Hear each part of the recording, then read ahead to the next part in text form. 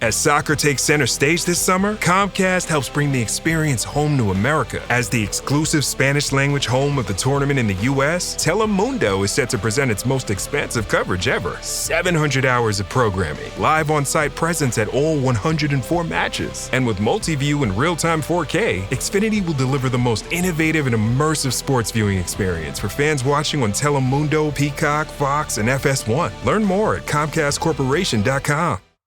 Hey, it's Bill from the Bill Simmons podcast. FIFA World Cup 26 fans, listen up. As the official beer sponsor of the FIFA World Cup 26, Michelob Ultra is giving away $1 million worth of FIFA World Cup 26 tickets and prizes. Enter now at MichelobUltra.com/superior access/FIFA World Cup 26. Michelob Ultra FIFA World Cup 26 superior access. No purchase necessary. Open U.S. residents 21 plus begins on December 1st, 2025. Ends on July 31st, 2026. Multiple entry periods. Visit www.MichelobUltra.com/superior access/FIFA World Cup 26 for free entry deadlines, prizes, and details. Mornings have a rhythm. You can hear it, feel it. And at Quaker, we fuel it. With 100% whole grain oats and a good source of fiber in every bowl, helping you turn that rhythm into your soundtrack for a great day. Fuel to start whatever's next. Quaker, official sponsor of FIFA World Cup 26. Let's go!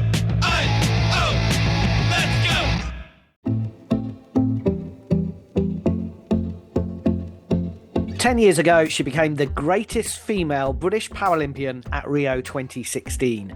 5 years ago, in the delayed Tokyo Games, Britain's most decorated Paralympic athlete of all time. I'm John. And I'm Michael, and this is a very special episode of Great British Bosses from Anything But Footy, a guest that we have wanted to get on the podcast for quite some time, and a special occasion to get her on. Oh, I'm Sarah Storey. I am Paralympian. Once a Paralympian, you always are. Absolutely right. So tell us what it is that you are announcing today, first of all. Well, today I've announced that I'm stepping back from international competition to focus on other things and hopefully have impact on the world of sport from different angles. I always wanted to compete for GB as long as possible. And I also wanted to always be able to choose to stop and step down on my terms and ideally unbeaten. And all of those boxes are currently ticked.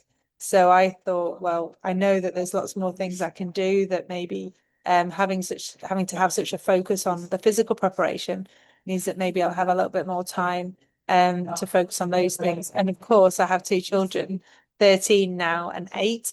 So their activities are majorly important to me, and I want to be able to give them my all.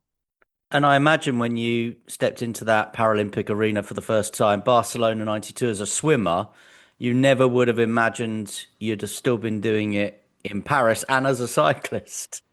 No, I couldn't have ever imagined the journey that I've been on. And I think, swimming was my first love, but cycling quickly overtook that. And to be able to compete across 9 games with medals at all of them, 5 consecutive gold medals in my most favourite event, the road time trial, is something that, gives me goosebumps to think that I was able to do that. And I always instantly makes me think of all the incredible people that have enabled that journey along the way.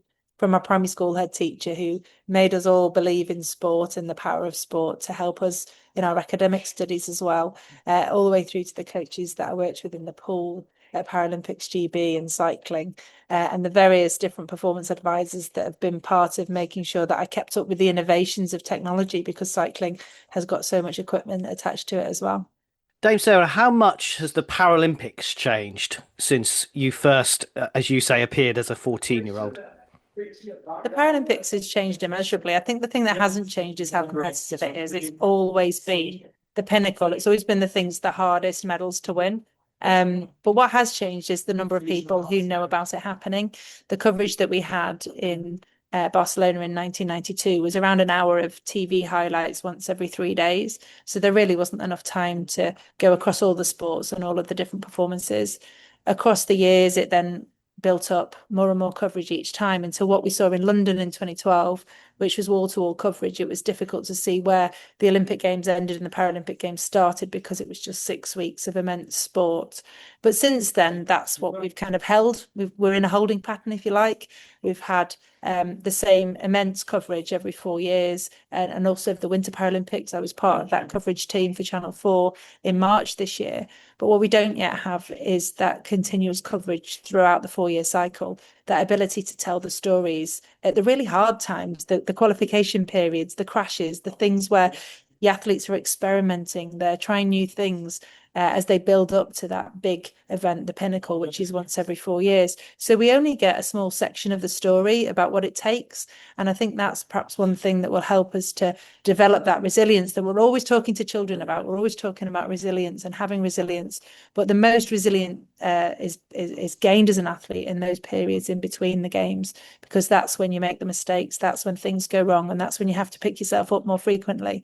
So I'm really keen to be part of the solution for the future. What is it that we can do to make sure we fill that gap once every 4 years and get that that sort of cycle-wide coverage of what our amazing athletes are doing? I think often we think about London 2012 as the highlight, but I won't mention Rio, which was very touch and go. But Paris seemed to kick on a little bit. Tokyo and Paris kicked on a little bit. Are you confident that America can stage the Paralympics better than the Parisians? I think Rio had its challenges in the run up to the games. Obviously, it was widely spoken about. But once you got to the games, they'd done an incredible job in those difficult circumstances that, you know, in the run up to every games, there's always those headlines about what will go wrong. Think back to London 2012, it was the fact the bus drivers didn't know where they were going. You know, we had flashbacks to Atlanta where the bus drivers really didn't know where they were going. Tokyo was obviously really challenged by the fact that all of the amazing things that they had planned for the spectators couldn't happen. So the most digital, the most futuristic games happened behind closed doors, which meant that it couldn't be the most futuristic. Paris was doing an incredible job and had an immense amount, but there was all the talk about what was going to happen around people who were moving through Europe from war zones and all of the challenges that from a social perspective that were making the headlines. And of course, we have different headlines as we build up to the Los Angeles Games. The games are always amazing, and each games has its own kind of style. And I know that going back to America, they're really keen to make sure they put right the things that didn't go right. Los Angeles in 1984 didn't happen in Los Angeles. It happened in New York and Stoke Mandeville because of problems. The Atlanta Games didn't happen the way it should have happened because the organising committees never spoke to each other. And the things that we reported as athletes from those games was down to the lack of cohesion behind the scenes. The cohesion is there now. The events have been announced. The locations for those events have been announced. And the organisation is really, really focusing on delivering the best games they possibly can. So I'm excited, and I really hope it can be there. We don't know who has the rights coverage, the rights holder coverage to it yet. Really hope the International Paralympic Committee decide on that soon, so that those broadcasters can, you know, build up to those games in the best way possible and make it the magical event that it always is.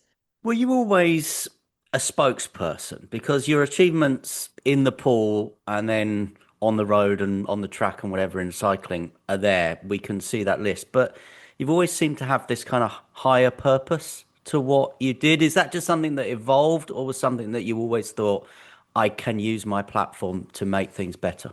I think I quickly realised that sport provided that opportunity to talk about things that matter to you. When I came home from Barcelona, I was asked to do school assemblies to what some people say is the hardest audience of them all, and the ones that certainly ask the best questions.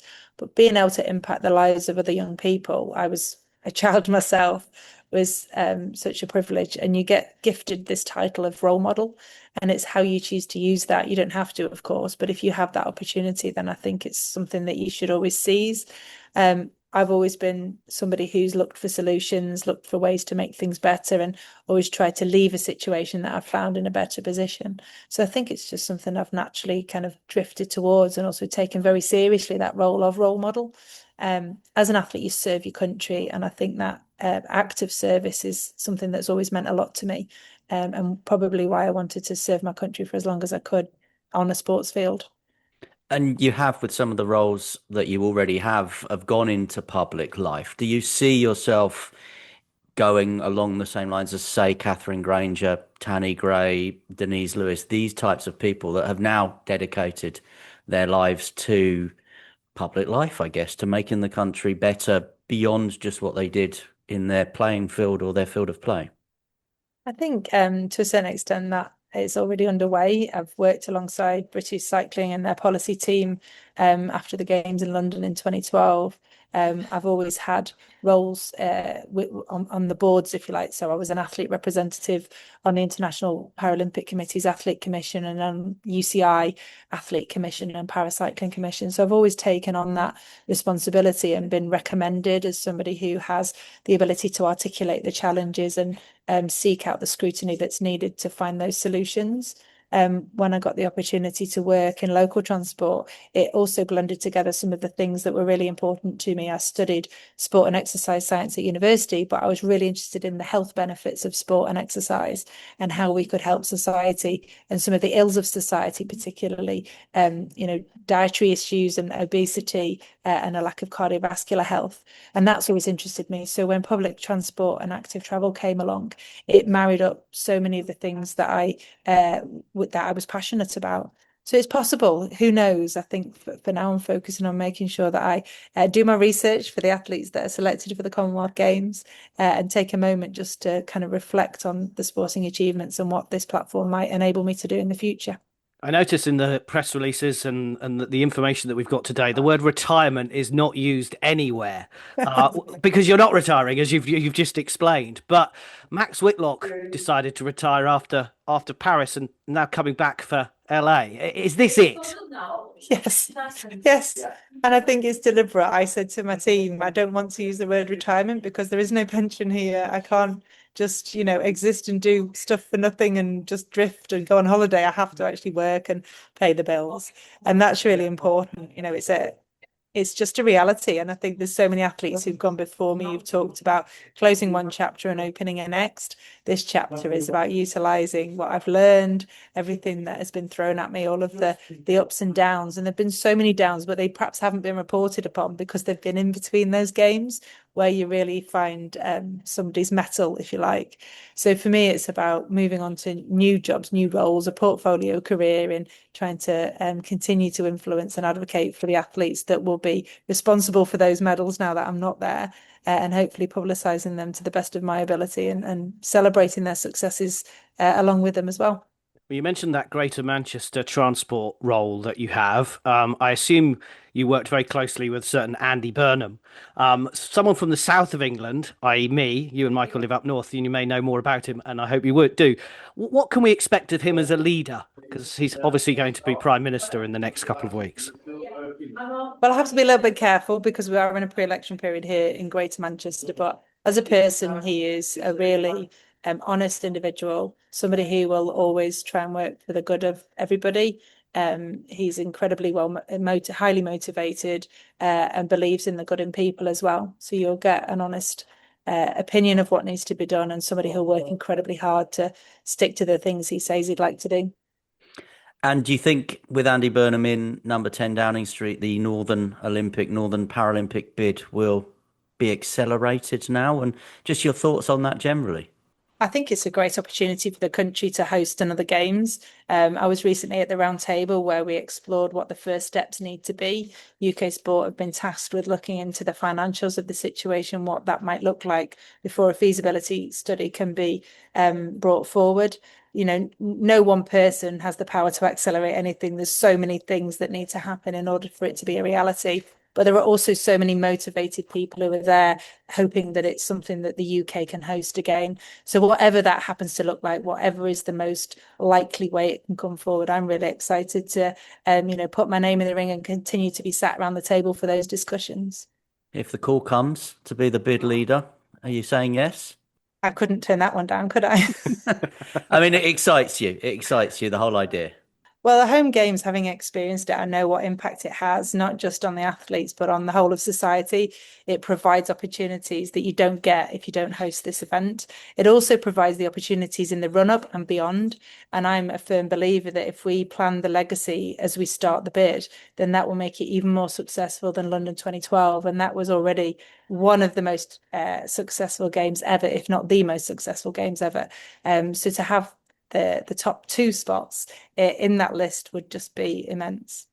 One more question for me. There is another role that's currently unfilled, and that is the CEO of British Cycling. John Dutton, of course, is going to Team GB. I'm sure we all think will do an amazing job. Is that something that you're interested in? You have experience of obviously working at Lancashire Cricket Club, or being chair of Lancashire Cricket Club, I should say. Well, I'm rest assured the CEO role will be announced very soon. So they have their shortlist, and I think they have their preferred candidate. So I'm excited to find out who that is. But is it something that moving forward again, like you said with the Northern bid, is a CEO role something that you would think about from a governing body point of view? I think all roles are on the table. I have the experience of dealing with all sides. From performance directing, running my own professional team, to dealing with the financials that you do in a CEO's position, but also, sitting on a sofa and talking about it as the anchor of a TV broadcast. There's so many options there. So all options are on the table as far as I'm concerned, and I would happily talk to anyone who wants to, suggest any my way. 2 more questions from me then. I know we don't like to compare games and medals and titles, but I'm going to ask you, compare them. What was the highlight? What was the best bit? They've all got a bid for the top spot, I think. For me, competing as a 14-year-old is, just mind-blowing. I have a 13-year-old, like I say, so the idea of that being me, almost when I was her age. But I think, home games as well, having that, all those people, 10,000 people at Brands Hatch singing the national anthem. It was just mind-blowing. And then in Paris, Louisa and Charlie, both on the roadside, screaming their heads off at me as I won by half a bike length against a teenager. It's hard to top that, really. So, yeah, any one of those 3 could take the top spot, but it's probably the most recent in Paris. And just finally, then, you make your decision today, you make your announcement today, and no regrets about what you achieved in the career? Absolutely no regrets. I've always said that you make choices, and you don't make sacrifices. I chose to do everything to the very best of my ability, and now I've chosen to step away from that. So there's absolutely no regrets at all. Well, thank you very much for talking to us, and thank you for, terrific amount of memories. We've been following the Paralympics, since you've been doing it, probably before, and it's just been absolutely wonderful to have had the opportunity to cover your achievements. So thanks for your time today. Thank you very much.